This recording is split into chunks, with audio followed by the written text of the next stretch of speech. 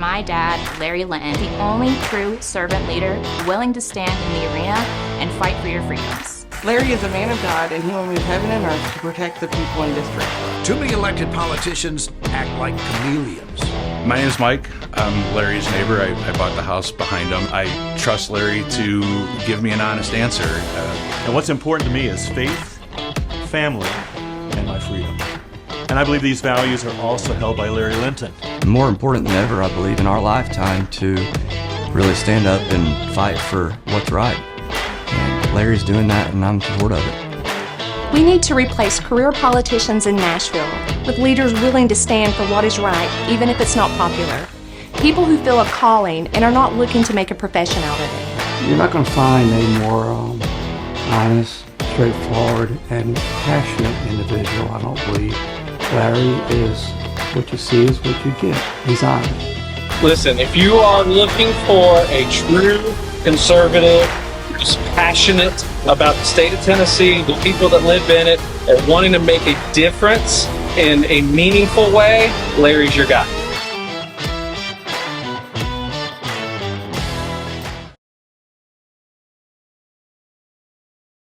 Well, folks, just a quick episode this week. I've got something that's been weighing heavily on my mind lately, and that issue could have taken this week's episode in one of two directions. The first one being where I can go on an epic rant that would take 2 or 3 hours to detail. Heck, it could take months. Or the direction we're going to take today, a much shorter version of the rant. The impetus for this week's episode actually began a little over 2 months ago, but really culminated this week with not only national news coverage of the communist candidate for president, but also with many messages from all corners of the country, including here in my small community of East Tennessee. Those many messages were coming from the pulpits of churches, which is kind of coincidental that this message really hit me during Pastor Appreciation Month, which we will get into later in the show. Right about now, I'm visiting with my mom down in North Carolina, just outside of Winston-Salem. I surprised her with a visit to her place because I know that once I have my scheduled knee surgery next month, the nurse and mother in her will cause her to travel to my home in Tennessee for my recovery phase. The route I normally take to visit my mom in North Carolina has been slightly changed due to the hurricane damage to Interstate 40, and it resulted in about an added hour to the drive. So by the time this episode hits all of the usual platforms, I'll be probably having a cup of coffee with my mom. I'm also getting ready for my next client engagement, which will once again take place in Wyoming and Montana. I will actually be staying in Baker, Montana for the brief trips to that area of the country, since the place I usually stay at in North Dakota is booked up for the time I'm there. I'm trying to mentally prepare myself for the much colder weather I'm sure to encounter, as well as for an extra long client engagement. This next one takes me out of state for a month instead of the standard 3-week time frame. There will be a call to action for the audience this week that I will address in the closing segment that ties into what we will read in God's Word. Now, with the update and recap completed, let's get on with this week's episode of the Liberty Leadership and Lies podcast, where I will talk about some actions that are being taken around our republic that may be too little and definitely too late. Or it may be that some people in positions of great responsibility are giving lip service to their calls for action because if it get proven that these, let's call them teachers, these teachers are not walking their talk. So let's take a stand in the arena together again this week, folks, and get on with the show.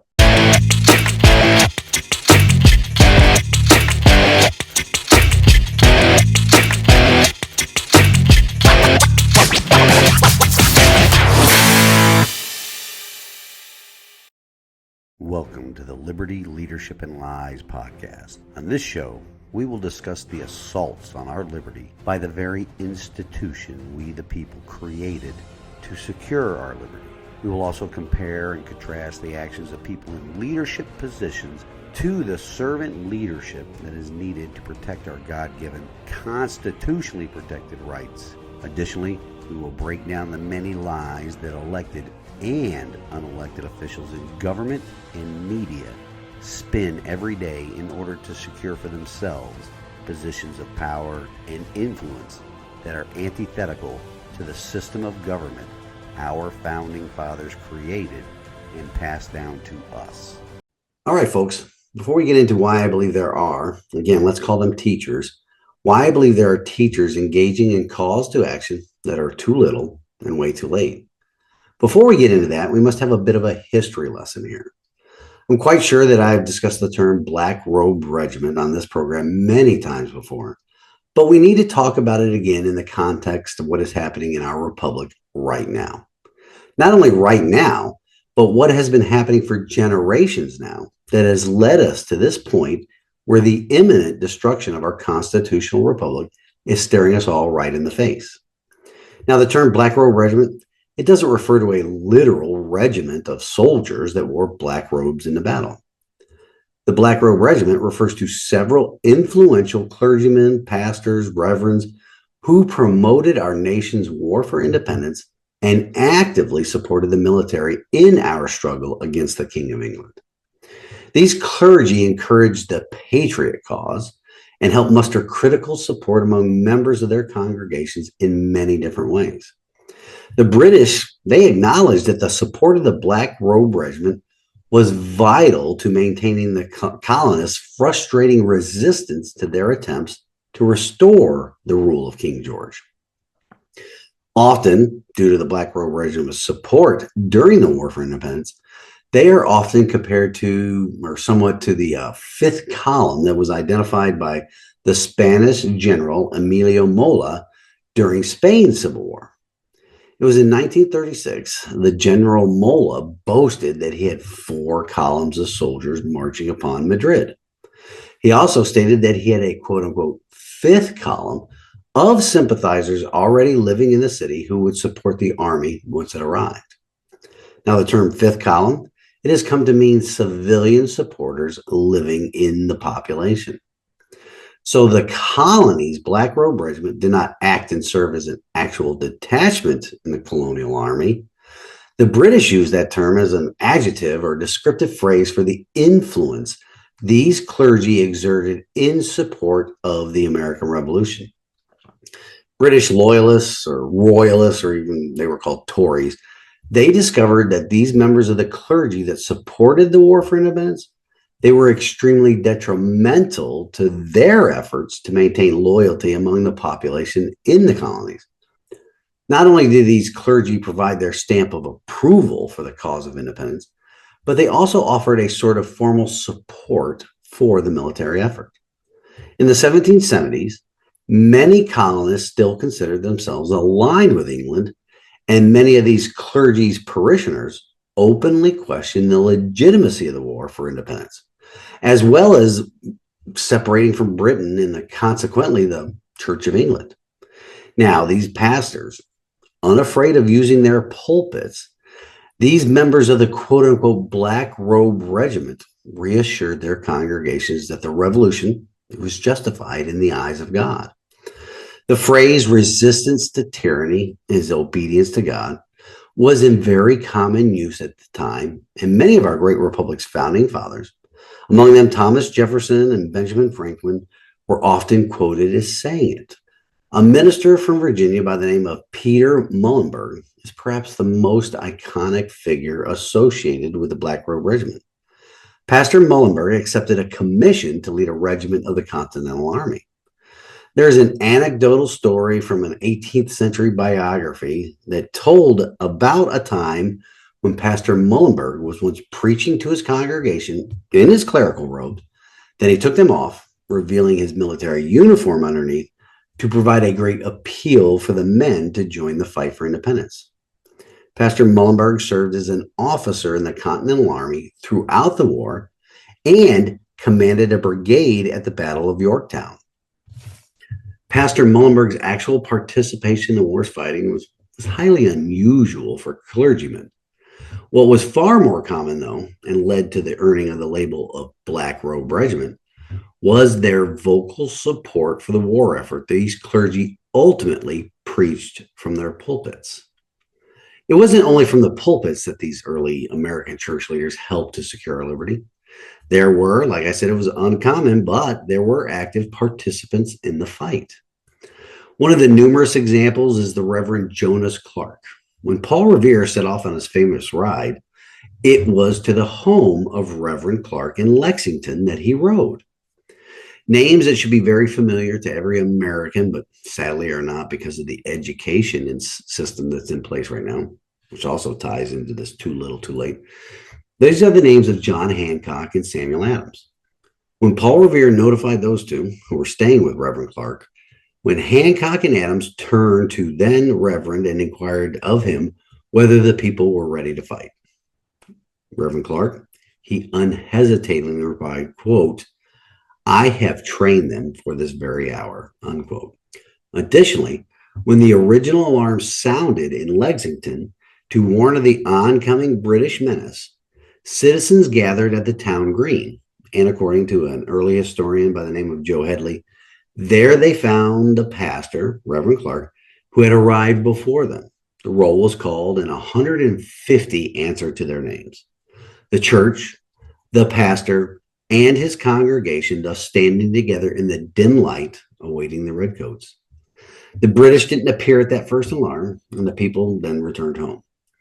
At the subsequent alarm, they reassembled, and once the sound of the battle subsided, some 18 Americans lie on Lexington Green, 7 of them dead. All of them were from Reverend Clark's church. The historian, Mr. Headley, he therefore concluded, quote, "The teachings of the pulpit of Lexington caused the first blow to be struck for American independence." And historian James Adams added that the patriotic preaching of the Reverend Jonas Clark primed those guns. Now, when the British troops left Lexington, they fought at Concord Bridge and then headed back to Boston, encountering increasing American resistance on their return. Significantly, many of the people that awaited the British along the road were local pastors, such as Reverend Phillips Payson and Reverend Benjamin Balkin, who had heard of the unprovoked British attack on the Americans. They had taken up their own arms, and they rallied their congregations to meet the returning British. As word of the attack spread wider, pastors from other areas also responded. When word of the fighting had reached Vermont, a Reverend David Avery promptly gathered 20 men and marched toward Boston, recruiting additional troops along the way. And Reverend Stephen Farrar of New Hampshire, he led 97 of his parishioners to Boston. The ranks of resistance to the British swelled through the efforts of these members of the Black Robe Regiment, who were, quote, "far more effective than any army recruiters in rounding up citizen soldiers," unquote. When the Battle of Bunker Hill commenced, Reverend David Grosvenor left his pulpit, rifle in hand, and headed off to the battle along with Reverend Jonathan French. These acts by the Black Robe Regiment were common throughout our war for independence. The names of Reverend Thomas Reed, Reverend John Steele, Reverend Isaac Lewis, Joseph Willard, James Latta, William Graham, they are in our history books as leading the fight or fighting alongside the brave men that sought to secure freedom from an oppressive government. Keep that in mind. There are many others, like Reverend John Craighead, who has said that, quote, "fought and preached alternately," unquote. Many others can be found in the historical record as well, like Reverend Cooper, who was a captain of a military company, or Reverend John Blair Smith, president of Hampton Sydney College, who was a captain of a company that rallied to support the retreating Americans after the Battle of Cowpens, or Reverend James Hall, who commanded a company that armed against Cornwallis, or Reverend Graham, who rallied his own neighbors to dispute the passage of Rockfish Gap with Tarleton and his British dragoons.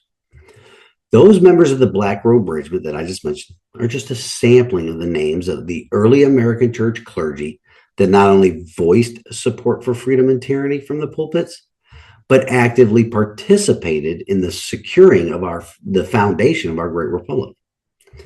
Right now, there are no open battles with arms contesting against tyrants, But there is a war for our freedom that happens every day in our constitutional republic. Thomas Jefferson famously said that, quote, the tree of liberty must be refreshed from time to time with the blood of patriots and tyrants, unquote.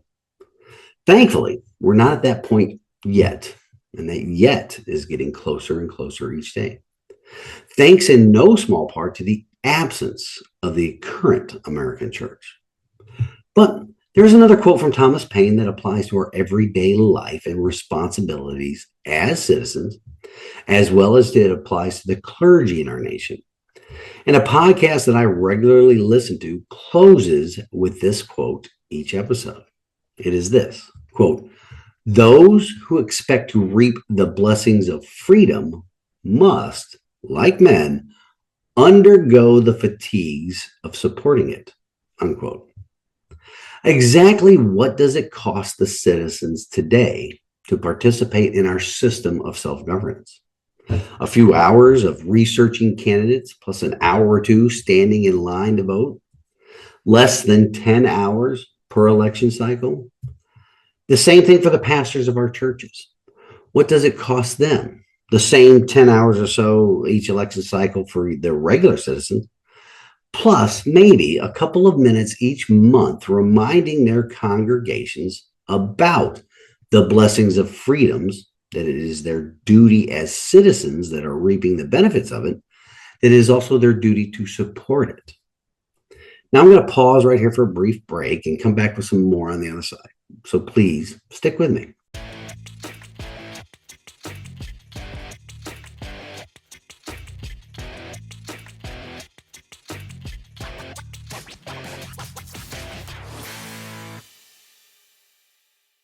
The Black Robe Regiment, folks. I hope that was just a refresher for you and not new information, but sadly, I do not think that is the case. And another reason, or another result of the retreat of the American church in what has been referred to sometimes as a culture war.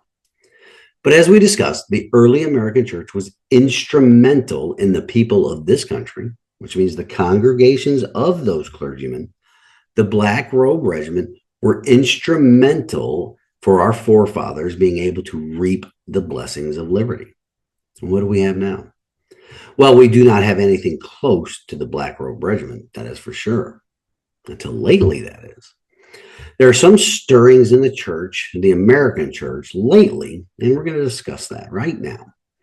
If you go back to the closing segment of last week's show, where I shared a video from Pastor Jack Hibbs and Dr. Frank Turek, they were talking about this issue of voting and the importance of the American church and how we as the church, vote in the upcoming presidential election. Now, don't get me wrong. I wholeheartedly support the church being heavily involved in the upcoming election, but why the sudden push now? Where has this effort been for the past few decades? Also, why the push only at the national level? Has the church, meaning all of us Christians here in the United States of America, have we become comfortable with and tolerate the little bits of evil that we allow here locally? Is it okay to ignore politics on the local level, which allows members of local school boards to purchase these curriculums that are detrimental to the nuclear family and the mental health of our children? Is it okay to ignore politics on the local level and allow the city and county governments to start mimicking the levels of intrusion on our liberty that the national government has been quite accustomed to? That reminds me of a story that I've heard several times in my life, and mostly it's been in churches, which is kind of ironic. If you have heard it before, please bear with me. If you haven't heard the poop and the brownie story before, you might find it not only entertaining, but enlightening as well as how it applies to the political process here in the United States as well. So here it goes. Two teenagers asked their father if they could go to the theater to watch a movie that all their friends had seen. After reading some reviews about the movie on the internet, the dad denied their request. "Oh, Dad, why not?" these two children complained. "It's rated PG-13 and we're both older than 13. Well, the dad replied, "Because that movie contains nudity and portrays immorality, which is something that God hates, as being normal and acceptable behavior." The teenagers continued to complain, saying, "But Dad, those are just very small parts of the movie. That's what our friends who've seen it have told us. The movie's 2 hours long, and those scenes are just a few minutes of the total film. It's based on a true story, and good triumphs over evil, and there are other redeeming themes like courage and self-sacrifice. Even the Christian movie review websites say that. And then the father replies, my answer is no, and that is my final answer. You are welcome to stay home tonight, invite some of your friends over, and watch one of the good videos we have in our home collection. But you will not go and watch that film. End of discussion. The two teenagers walked dejectedly into the family room and slumped down on the couch. As they sulked, they were surprised to hear the sounds of their father preparing something in the kitchen. They soon recognized the wonderful aroma of brownies baking in the oven, and one of the teenagers said to the other, Dad must be feeling guilty, and now he's going to try to make it up to us with some fresh brownies.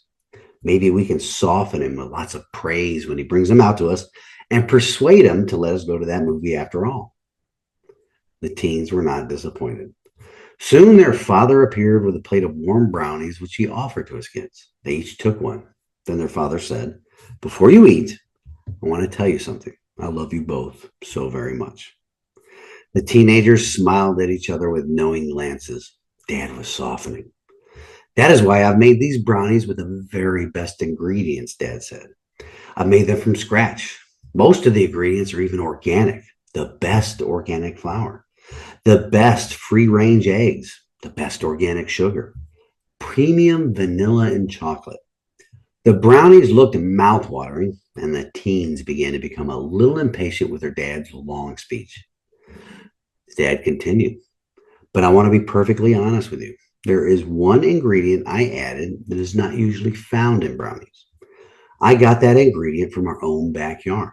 But you needn't worry, because I only added the tiniest bit of that ingredient to your brownies. The amount of the portion is practically insignificant. So go ahead, take a bite, and let me know what you think. The teenagers replied, Dad, would you mind telling us what that mystery ingredient is before we eat? The dad goes, why? The portion I added was so small, just a teaspoonful. You won't even taste it. The kids go, come on, Dad, just tell us what that ingredient is. The dad replies, don't worry, it's organic, just like the other ingredients. The kids go, Dad. And the father replies, well, okay, if you insist.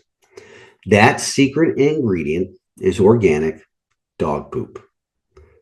Both teens instantly dropped their brownies back into the plate and began inspecting their fingers with horror. Dad, why did you do that? You've tortured us by making us smell those brownies cooking for the last half hour, and now you tell us that you added dog poop? We can't eat these brownies, they said. Why not, the dad said. The amount of dog poop is very small compared to the rest of the ingredients. It won't hurt you. It's been cooked right along with the other ingredients. You won't even taste it. It has the same consistency as the brownies. So go ahead, eat it. The kids go, no, Dad, never. The dad replies, and that is the same reason why I won't allow you to go watch that movie. You won't tolerate a little dog poop in your brownies. So why should you tolerate a little immorality in your movies? We pray that God will not lead us unto temptation. So how can we, in good conscience, entertain ourselves with something that will imprint a sinful image into our minds that will lead us into temptation long after we first see it? Interesting, huh? Kind of funny. Our modern political process has more than just a small amount of poop in its ingredients. So why do we tolerate it? Why do we complain about the poop in the brownie on the national level, but completely ignore that ingredient on the local and state level? The ratio of poop to other ingredients on the local level is much higher and has a much more immediate impact on the voters than the national elections do. So let's discuss one of the biggest concerns on the voters' minds for this presidential election, and that would be illegal immigration. The voters have been fooled into believing that only the national government can impact that. Yet there is so much our state elected officials could do that would serve as a deterrent for illegals coming into this state. Same thing on the county level.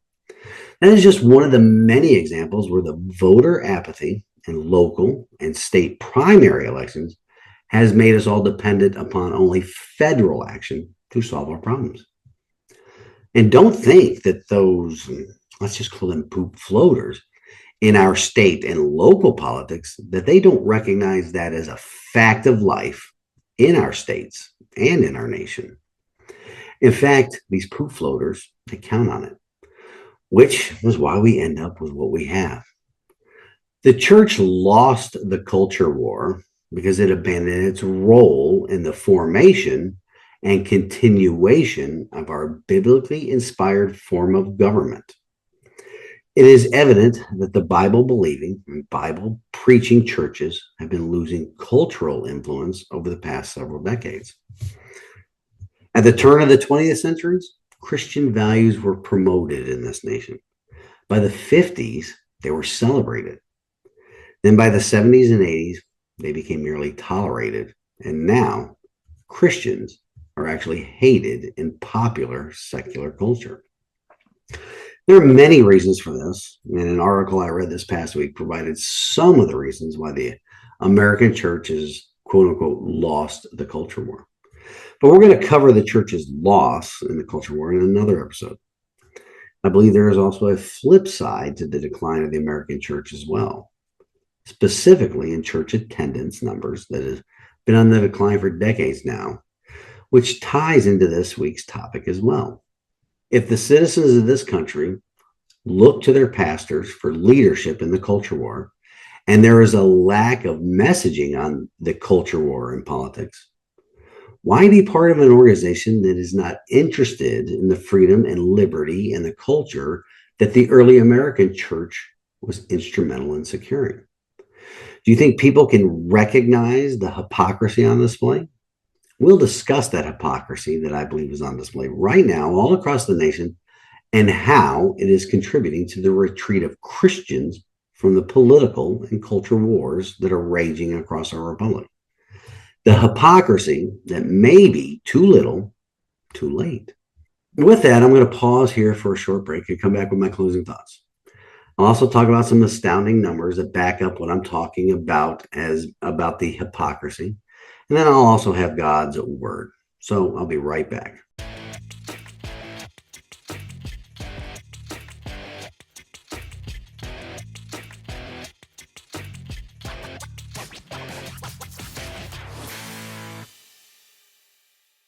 Okay, folks, we're back for my closing thoughts, the call to action I mentioned earlier, and wisdom from God's holy word.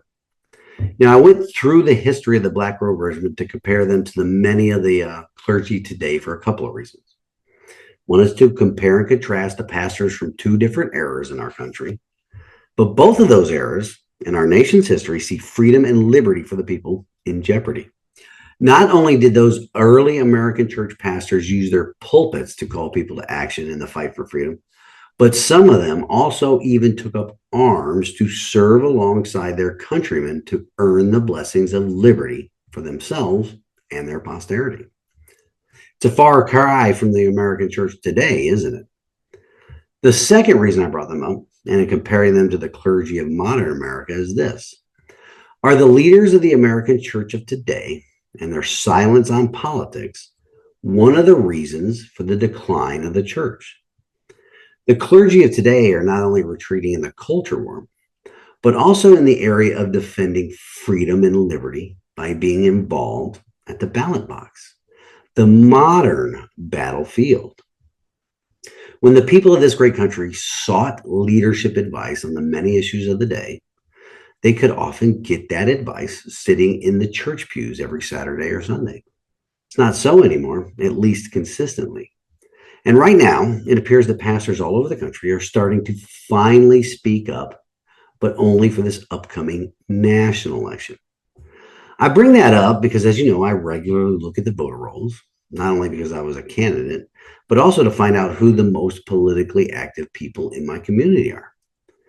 What I found out here over the course of the past week, and after seeing calls all over social media from pastors across the country urging Christians to vote in the presidential election, it's kind of mind-blowing.